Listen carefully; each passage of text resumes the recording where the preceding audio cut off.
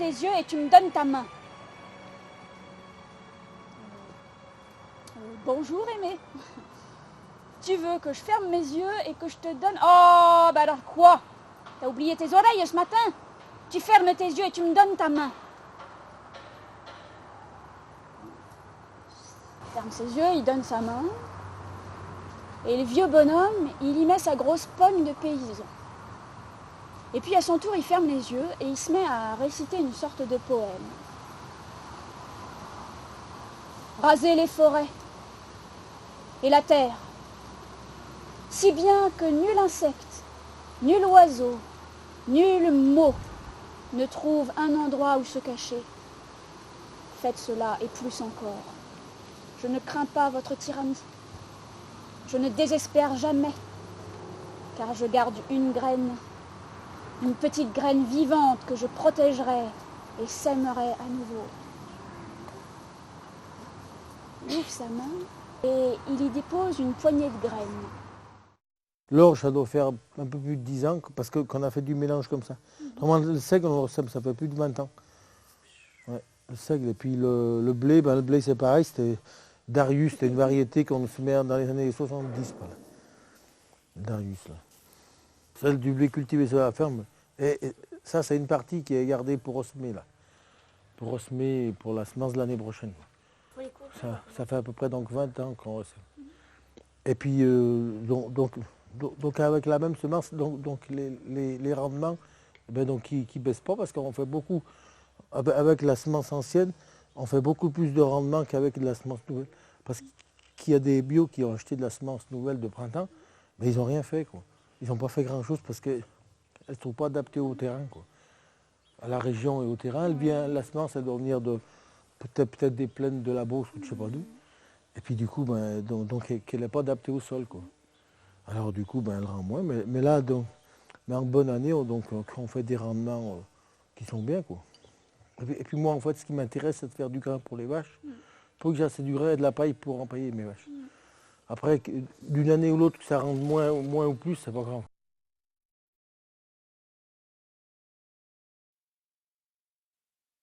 Je suis convaincu qu'aujourd'hui, la réflexion qu'on a par rapport au développement durable pourrait ou devrait avoir pour germe principal l'agriculture. Je pense qu'il y a dans l'agriculture un potentiel énorme de fécondation de la question du développement durable. Parce qu'on a tout dans l'agriculture pour le mettre en œuvre, pour montrer sa pertinence et pour enrichir les autres domaines de l'activité humaine sur cette question du développement durable. Comment faire face aux enjeux du développement durable, au réchauffement climatique, à la stérilisation des sols, à l'érosion de la paysannerie? Pourquoi définit-on comme hautement compétitive une agriculture qui est la plus chère de l'histoire de l'humanité? Pourquoi utilise-t-on des produits qui tuent la vie pour la cultiver? Engrais chimiques, fongicides, herbicides, insecticides et autres pesticides? Quel tour de force idéologique justifie de donner à manger aux vaches de la vache en poudre? Est-ce que ce sont les vaches qui sont folles ou bien l'homme? Au rythme où les fermes disparaissent, dans quelques années, l'agriculture se fera sans agriculteurs. Drôle d'équation. Hors sol, déracinée, qui nous plonge dans un désert de sens. Nous, citadins, gastronomes, avons souhaité retrouver le sens de la terre. Toutes ces questions nous étaient devenues insupportables. Nous avons sillonné la France et rencontré plus de 80 paysans et artisans des métiers de bouche, respectueux de l'environnement et de la dignité humaine. Nous avons rencontré celles et ceux qui, par leur pratique, répondent à ces enjeux. Les réponses sont là. Elles n'attendent qu'un peu d'attention et de conviction pour essaimer et fertiliser les territoires.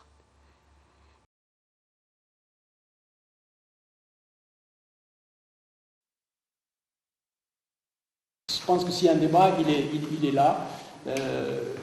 Comment nous-mêmes, on arrive à faire évoluer notre vision des choses. Je rappelle modestement, ce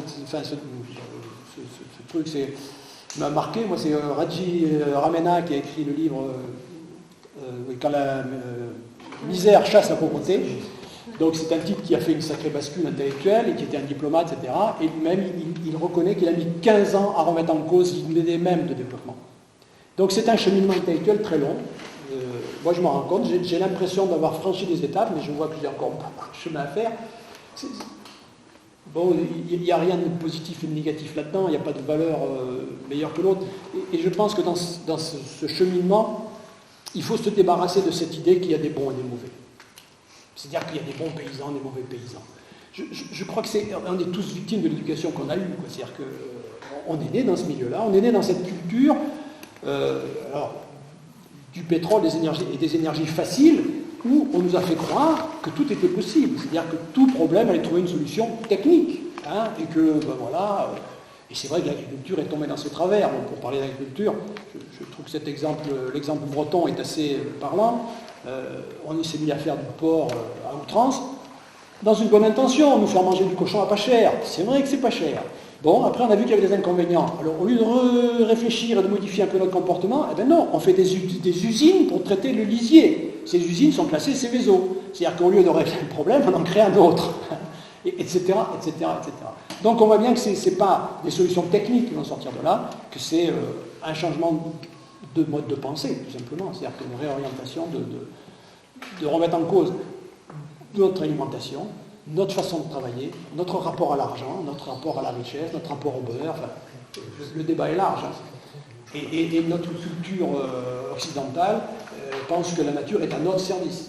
Bon, sauf que là, on est en train de passer on va dans les années qui viennent passer à la caisse et se rendre compte que c'est pas vrai.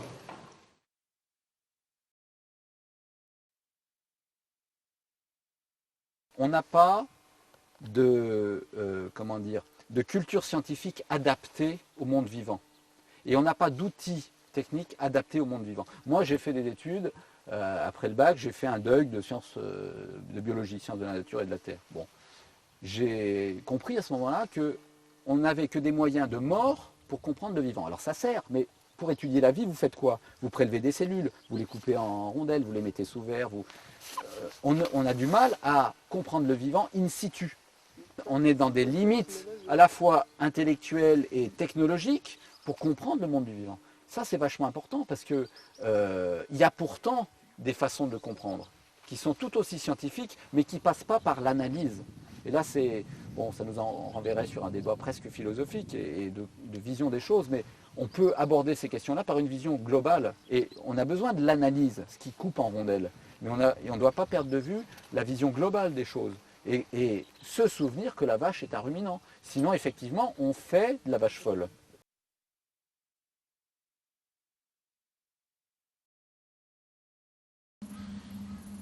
Là, on est sur les Causses du Quercy, dans le département du Lot. Ici, la terre, c'est une terre à céréales, et puis c'est tout, quoi. Bon, très bonne terre à céréales. Mais le problème, c'est qu'il n'y a pas d'humus stable. C'est-à-dire que l'hiver, quand il pleut, tous les bons éléments retournent dans la rivière souterraine qui passe en dessous. Donc ma préoccupation, c'était ça, c'était de trouver une technique ou des trucs pour qu'il y ait un humus stable qui s'installe et que je puisse cultiver des légumes pour faire un grand jardin.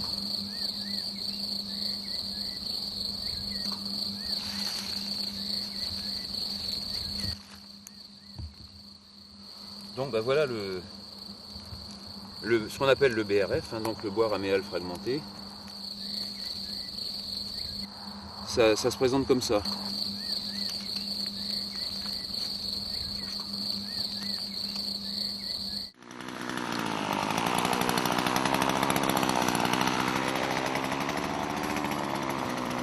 Lorsqu'on taille des arbres ou des haies, on ramasse toutes les branches et les rameaux, on les broie et pratiquement immédiatement on les épand sur le sol. Et après on se dit que on est tranquille pour 4 à 5 ans. C'est là l'histoire importante dans le BRF, c'est que on ne considère plus le sol comme un support de culture, mais on le considère comme un être vivant, comme un organisme vivant. Là on le voit, là le champignon il est installé sur un Donc copeau. le champignon c'est le blanc là. C'est la partie blanche, ce qu'on appelle le basidiomycète ou et actomycète aussi, je crois. L'intérêt qu'il a, ce champignon, c'est qu'à partir du moment qu'il est installé, ça attire beaucoup de voraces. C'est-à-dire que les micro-organismes ils vont venir et ils vont s'en régaler. Et à partir de ce moment-là, il se passe un phénomène quand même qui est important la première année. C'est que dès qu'il y a le champignon installé, les micro-organismes pour manger ça et commencer à décomposer le bois, ils ont besoin d'azote. Ils ont besoin de carburant. Et comme il n'y a pas d'azote là-dedans, ils sont obligés de prendre l'azote dans le sol. Ouais. Ce qui fait que pendant 3 semaines à 1 mois, on a les plantes, elles n'aiment pas quoi. Les plantes, elles ont besoin d'azote et elles sont anémiées. Là, on a peur. Je sais que l'an dernier, j'ai eu peur. Je me suis dit, si ça dure comme ça, il n'y aura rien, quoi. Ça ne poussera pas. Et dès que le processus est engagé, c'est comme si en fait, il y avait une chaleur qui s'installait et l'azote va se recréer par les micro-organismes qui vont les uns après les autres se nourrir de ça. Et puis les éléments minéraux, ils sont avec l'humus, c'est-à-dire que c'est l'humus qui gère les éléments minéraux. Les plantes, quand elles en ont besoin, elles vont taper à la porte, elles vont dire Humus, file-moi des... Humus, file-moi un peu de phosphore, un peu de magnésium. Et c'est comme ça que ça se passe, c'est ça qui est fou, quoi. C'est comme nous quand on a faim, quoi. Quand on a faim, on ouvre la porte du frigo, la plante quand elle a faim, Elle tape à la porte de l'humus. elle tape à la porte de l'humus et elle a ce qu'il faut.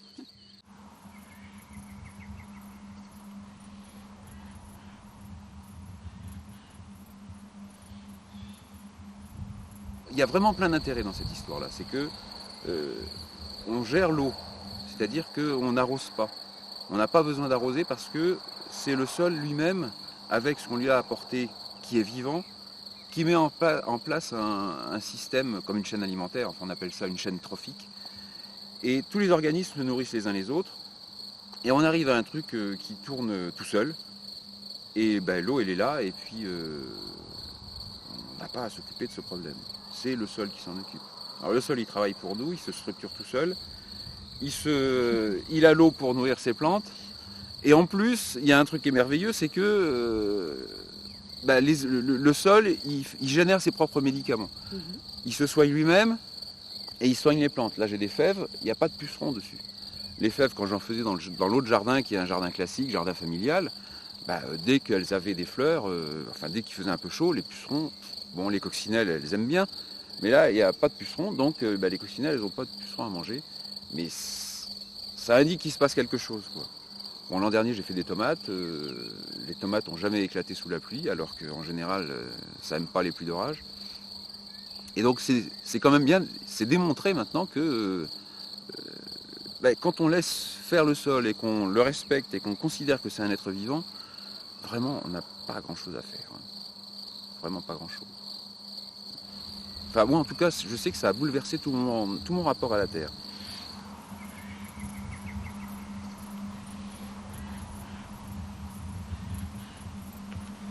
Benoît Noël est ingénieur agronome. Il expérimente en Belgique depuis plusieurs années maintenant le bois raméal fragmenté. Il a rendu visite à Jackie Dupetit sur sa ferme au mois d'août 2006. Rencontre et découverte du potager. C'est complètement humide, quoi. On avait commencé des essais en 2002, mais c'était juste un test d'épandage. En 2003, on a suivi un quart d'hectare et depuis 2004, là, il y a eu un projet bien financé qui nous a permis de faire jusqu'à maintenant 7 hectares à peu près, en grande culture, quoi. Donc on a, c'est sûr, bon là pour le moment, on a une expertise, mais on n'est pas du tout dans les mêmes conditions parce qu'en fait ici, chez Jackie, on est dans des conditions un peu limites, extrêmes. Bon, rien ne pousse et puis tout d'un coup ça pousse, quoi.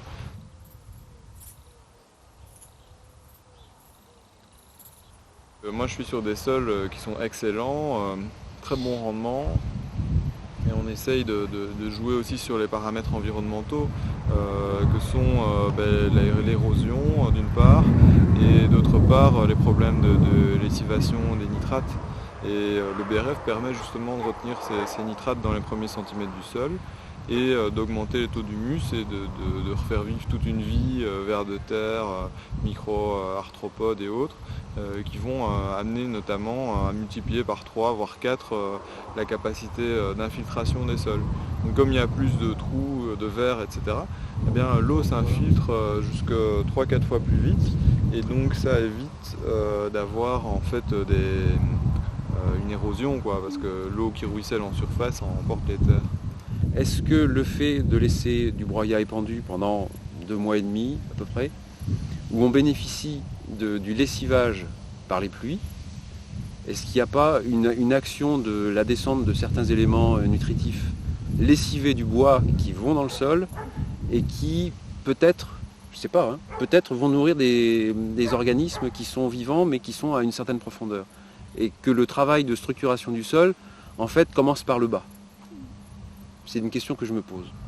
C'est une très belle question auquel je n'ai aucune réponse.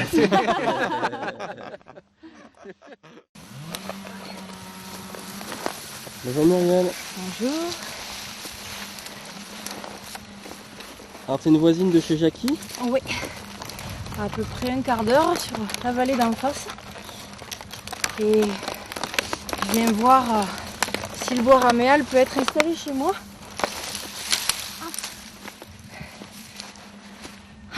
Pour une production de légumes, en bio évidemment, mais pas forcément quoi. Donc, Et tu penses toi que ce serait généralisable là, au moins dans le Lot et plus largement peut-être? généralisable, je sais pas, mais de généraliser les essais, c'est sûr. Oui. Pour justement qu'on ait un panel de sites représentatifs des bienfaits du BRF. Un petit peu partout, ouais, ce serait bien. Autant sur des bas de vallée que sur du COS. Ouais, il y a beaucoup de domaines exploitables dans la région. Ouais. Et pour toi, les bienfaits, c'est quoi les bienfaits du BRF pour toi? Déjà, rien que l'apport d'humidité, c'est excellent. Ça limite pas mal d'apports d'eau, donc ça va complètement dans le sens de l'écologie et de la protection de l'environnement. Au niveau des carences en eau que connaisse tout le monde. Et puis si en plus ça a des apports nutritifs pour le sol, que ça permet une meilleure régénération des couches supérieures pour améliorer les cultures, c'est que mieux, quoi. Puis tu pèses ça, quoi, tu te dis, il y a à manger quoi là-dedans.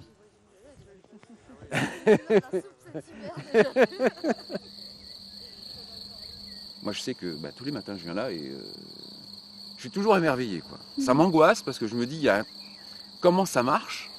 Comment ça marche comme ça? Pourquoi ça marche comme ça? Puis quand je viens là, je suis rassuré, quoi. Je vois que tout est là, quoi. Il n'y a vraiment pas de... Il n'y a pas de souci à se faire. Vous y allez? Bon. Tiens, qui va m'aider? Il faut qu'on ramène tout ça. Ah ouais, bah ouais. Ça pique.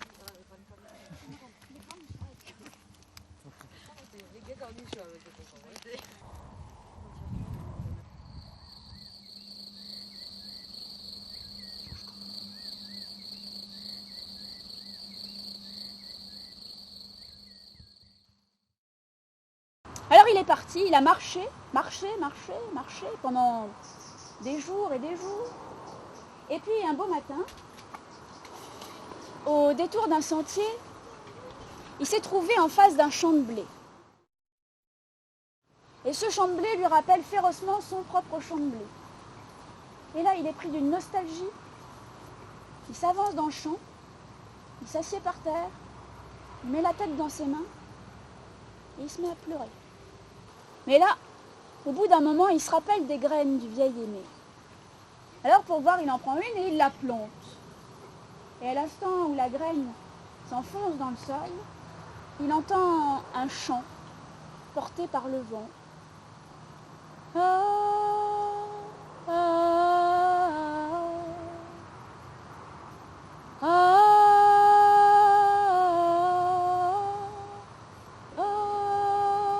ah, ah. Il y avait en face de lui une petite vieille bonne femme, toute petite, toute vieille, toute ronde et toute ridée, qui était là au milieu du champ de blé et qui le regardait.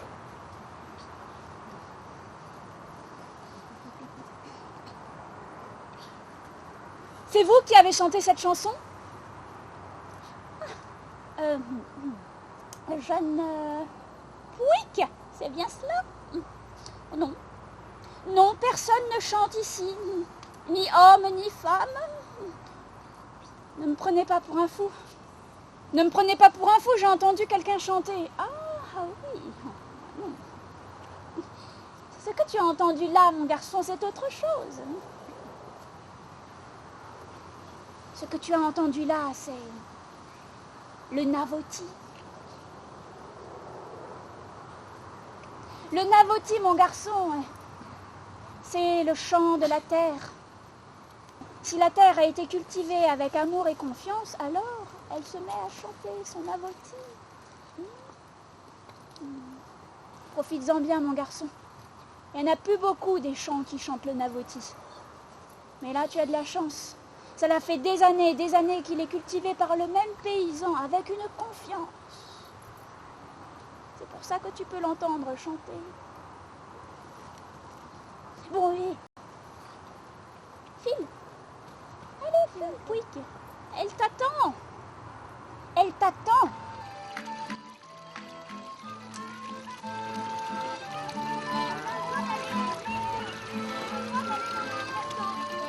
L'agriculture est la première pierre à l'édifice de toute civilisation. C'est l'activité qui relie les humains aux autres règnes vivants. Le végétal cultivé, vivant. L'animal élevé, vivant. Le paysan, vivant.